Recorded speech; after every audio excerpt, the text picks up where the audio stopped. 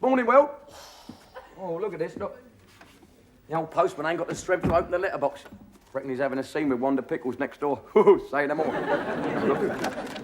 Money. Oh. Another wedding invitation. Look at that. That's 3 in a row, isn't it? That's 3 gallant losers have bit the dust in a fortnight. I reckon it must be something to do with the lead in the petrol fumes. I mean, half the geezers who live near a main road have gone soft in the head. Well, you think about it logically. What is it that comes over a geezer that wants to make him share his dole money with someone else's daughter? I mean, marriage is all right for birds, isn't it? I mean, have you ever noticed when you go to a wedding, they all say to the bride, "This is the happiest day of your life." Nobody says that to the geezer, do they? The most anyone says to him is, "Bring it all up, mate." You'll feel better. Go on. Well, I must admit, when Auntie Johnson married Bubbles Morgan, oh, you might remember Bubbles, they called her that because she had this nasal problem. Yeah, when she breathes in, it sounds like someone drinking a puddle. Now, them two, Auntie Johnson and Bubbles, they're made for each other, they are, because she's ugly and he's repulsive. Oh, he is repulsive. His latest caper is stealing prams in the high street. Every day some mother walks out of Tesco's and a pram's gone, and there's a little nipper sitting on the pavement saying, "Why me?" And as for Bubbles, well, she really is ugly. At the reception, you know, geezers were kissing Auntie and saying, "Pass it on." And when she got to the altar and lifted her veil, the vicar didn't say, "God bless you," he said, "Gosh, don't me." No, seriously, though, I do think some people are made for each other. Last week, I met a bird that was made for me.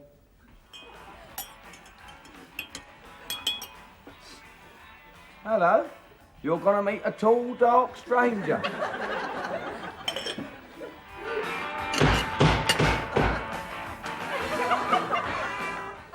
Thank you.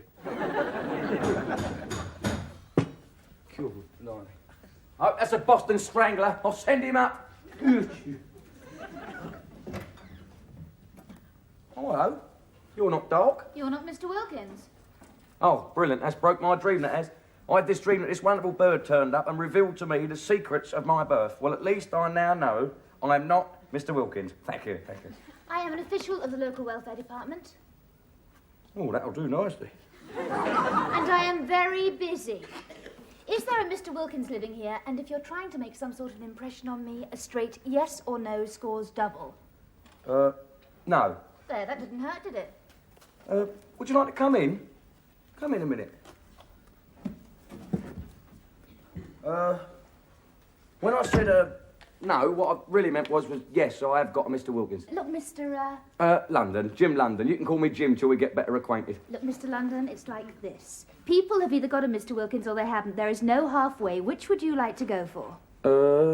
Yes, so I've got a Mr. Wilkins. He lives up here, as a matter of fact. He's my old squatter. I inherited him with the house.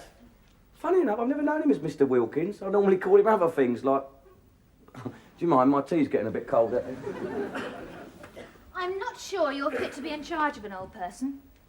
I'm not in charge of him, am I? If you want to take him, have him, please. Look, with every Mr. Wilkins this week, I'm giving away 1 transistor radio, about a pound of sugar, 1 old kettle, 1 cup of tea, 1 jumper as used by Val Dunican, 1 pair of blue... Okay, I get the message. You obviously don't like the old gentleman.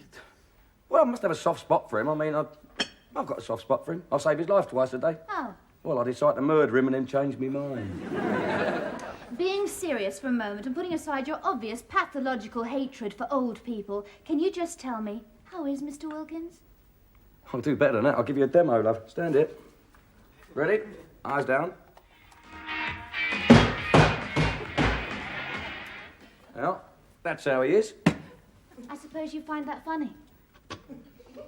Ruining my hair and purposely provoking an old gentleman. Poor old chap. I'll go up and see him. Oh, you'll be sorry. It'll end in tears.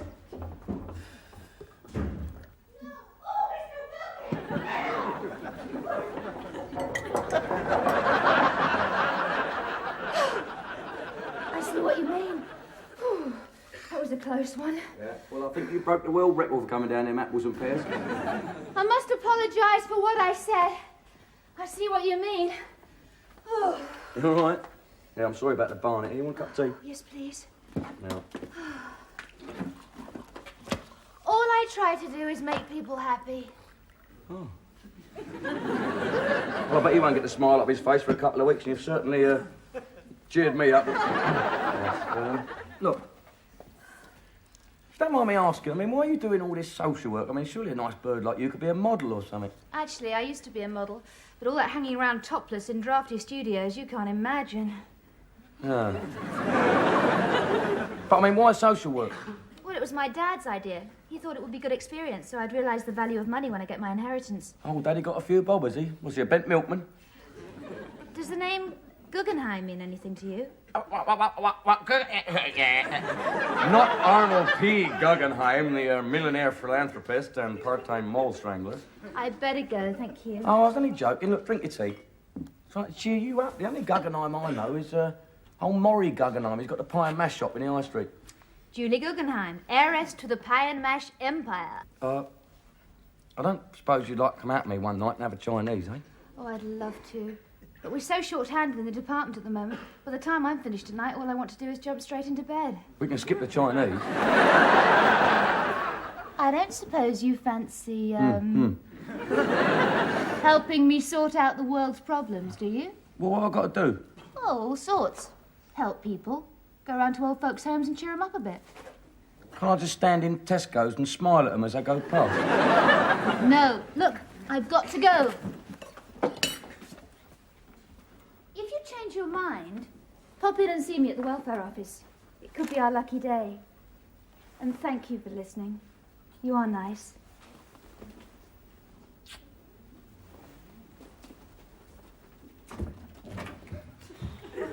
Oh. Oh. Oh. Oh, dear me, it's tight as in the mould out there this morning. Yes, I was saying to your mother in bed last night. I said we haven't had a decent winter since the Harold Wilson government.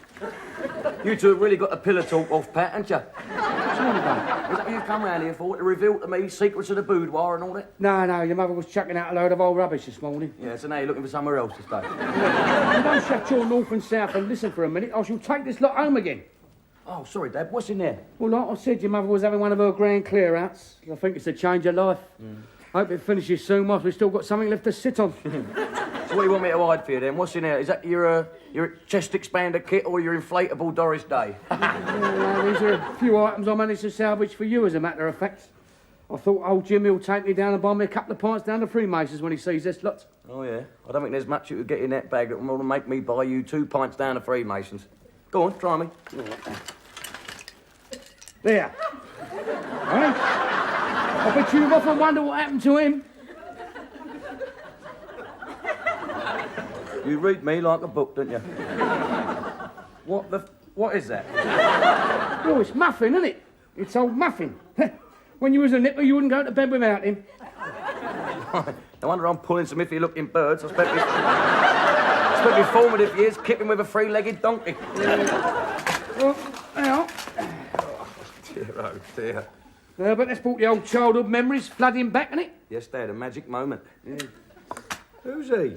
Ah, now that is your Uncle Sid on your mother's side, yes? He popped his clogs a few years ago, he did. Well, what's he doing with all this lot? Don't tell me he used to play cowboys and Indians with him when I was a kid. What's he, a bit backward like? No, you never knew him, no. Look. El Alamein, November the 14th, 1943. Oh. Is that when he got killed? No, that's the day he deserted. Well, it's a shame to waste it. I thought it looked nice on your wall somewhere. Oh, yeah. What am I going to tell me mates when they come in? Oh, this is great Uncle Sidney. When the going got rough with the enemy, he legged it, had it away on his toes. Family tradition. Gone. I don't want strangers looking at me off me wall. Oh, what about all that lot behind the bathroom door then, eh? All personal friends, I suppose? Look, mate, anything to do with Joan Collins, Playmate of the Month, and me is me own affair. Yeah, well, that's another thing and all. Me and your mother, we've been talking and we think it's time we got married. Well, we want to see a few grandchildren round the place. Father, if you seriously think that I'm going to join the rest of you up the creek just so you and Mum can spoil a couple of ankle biters on Sunday... Yeah, well, that's about the strength of it, son. I mean, well, let's face it. You can't be happy all your life, can you? Hey? It's not natural. And if you're going to hang about waiting for some page-3 model with lots of money and an heart of gold... That's Julie. Hey? Dad, you've talked me into it. Oh, no, look, don't do anything hasty, son. I'm only obeying orders.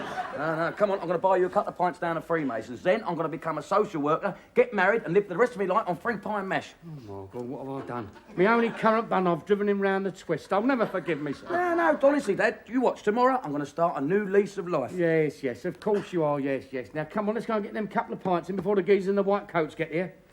Wonder if we can get them to pick your mother up on the way past. Everybody loves somebody sometime.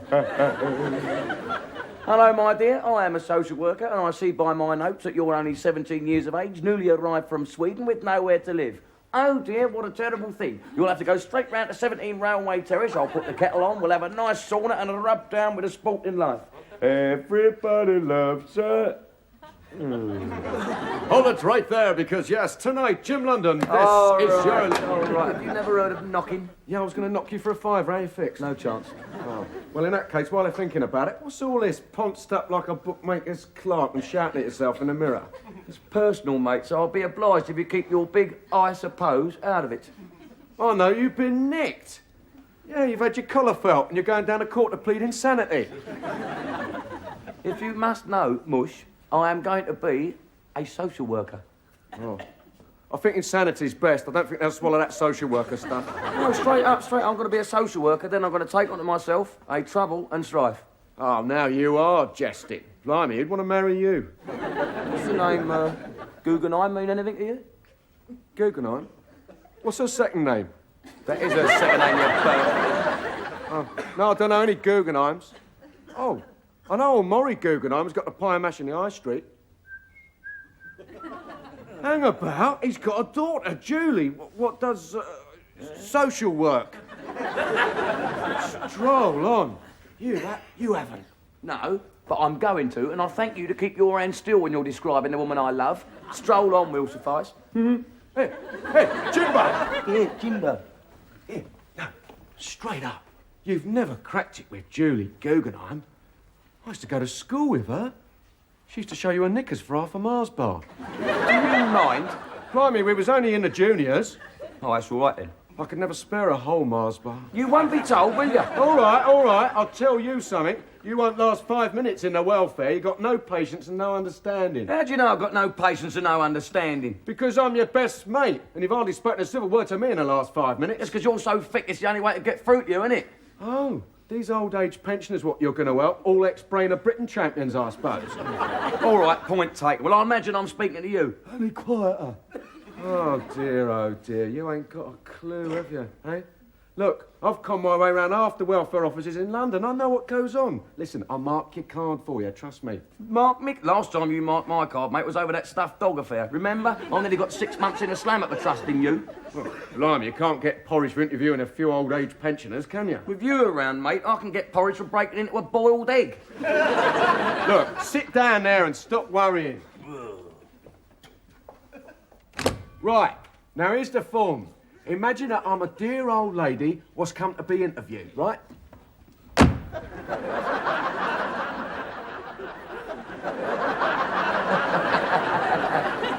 at that little Red Riding Hood. The wildlife department's round the corner, darling. Look, will you be serious when I'm trying to help you? I'm sorry. Red? Right, here I come. Come on, we ain't got all day. Blimey, I'm an old lady, 84 years old. This is it. God, blimey, I'm flat out in top gear and already you're having goes at me.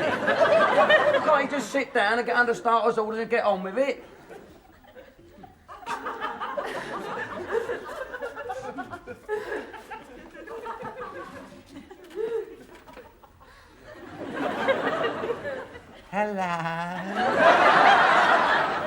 Hello. I expected to see that young lady, Miss Julie. Such a nice gal. Although they do say she puts it about a bit. I'm warning you, Josh. You won't be told, will you? I'm an old lady, we speak like that. God, blimey, it don't have to be true. Don't take it so personal. We like a bit of scandal. I'm only trying to do you a favour. That's what worries me, you doing me a favour. What's in it for you? There's got to be something. How can there be? God, blimey, all I'm trying to do is make sure that me best mate plays his cards right and gets the girl he loves. All right. Is that wrong? All right. I'm sorry, Tosh. It's okay. If you want to get it right, all I'm saying is stay cool with the old brigade. We'll have a bit of a rabbit with them. Yeah, exactly. That's it. You know, like, how's the family? Does your grandson take you out on the old banger on a Sunday? And does he want to buy any bent MOT certificates? I don't believe it. You don't give up, dear. What, a 10 knicker a time? This is the best bit of welfare in South London, that is. Oh, dear. You know, you ain't changed one bit, have you? Remember when we was nipplers? They used to say, don't trust that Tosh Carey. He's an evil little git who would steal the pennies off dead man's eyes. Who told you that? Your mother? No, yours.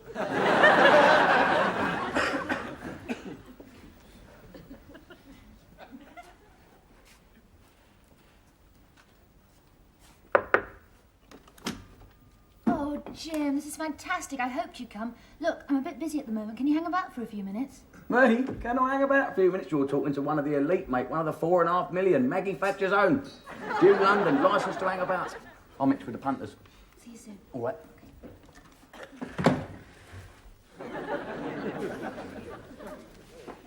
Boy.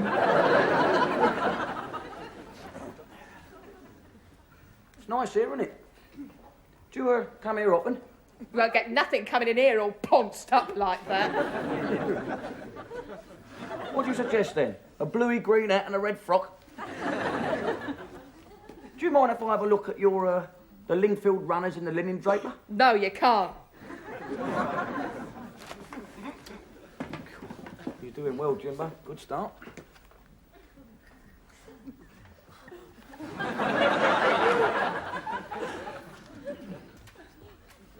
There's no smoking up there. Well, I ain't smoking up there. I'm smoking down here.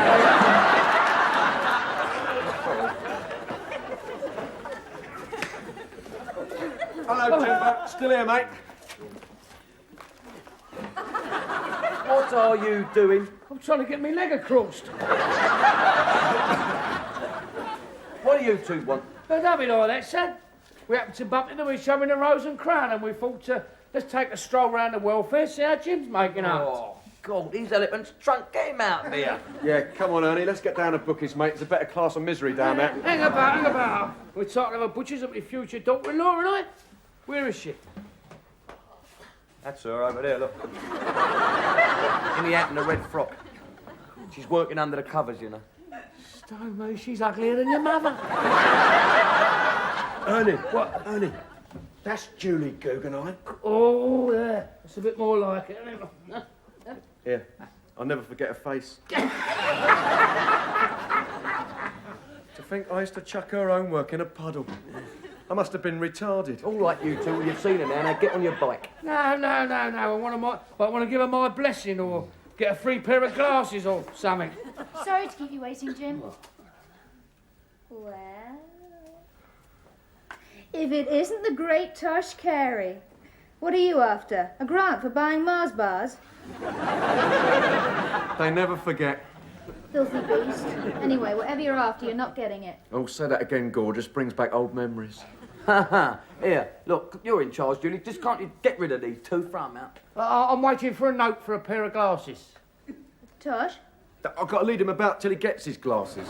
Oh, but by the way, I'm Jim's dad, and I want you two youngsters to know that I won't stand in your way.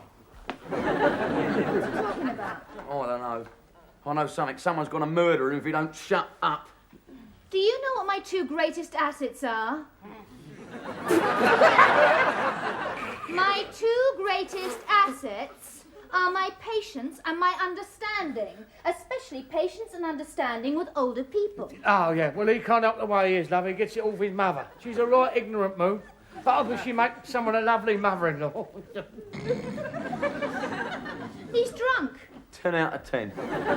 What's all this about mothers-in-laws and you two youngsters and I won't stand in your way? I mean, what does he know that I don't?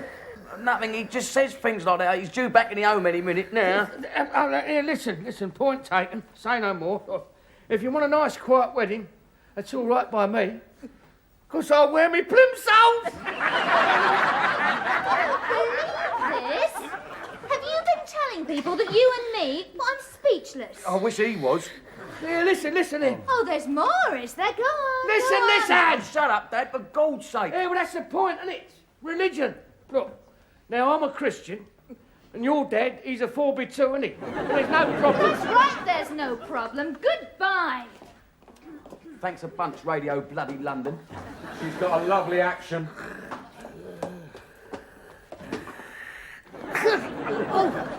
Hello.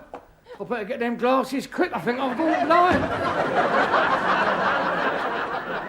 Yeah, I'm really sorry about yesterday, Sam. I mean, if it hadn't been for your mate Tosh, I would never have got elephants. I ain't had enough for one pint. What do you mean? Well, he kept twisting my arm, didn't he? Kept saying, have another one, Ernie. And he said, come on, let's go and wish the happy couple all the best down the welfare office. Yeah, that was a brilliant idea, wasn't it? Yeah, that was a brilliant idea. He knew that once you'd had a few sherbets, you'd open your big Norton South like the Blackwall Tunnel, didn't he? Yeah, that's a nice way to talk to your father, isn't it? Hey, that free orange juice has got a lot to answer for. Come enchanted evening, you will see us. Morning, Jimbo. Morning, Ernie. You sound pleased with yourself? I am very pleased with myself, my old Jimbo. And so is one Julie Guggenheim very pleased with me and all, I might add. Well, at least she was when I left her about 4 o'clock this morning. I don't believe it. How did you?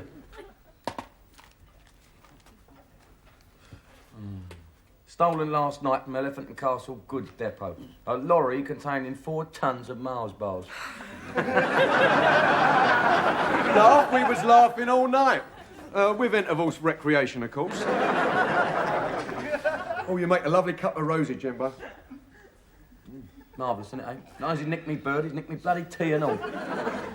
Here. That lorry you nicked, is it, it's still there? Yeah, just passed it 5 minutes ago. Here, there.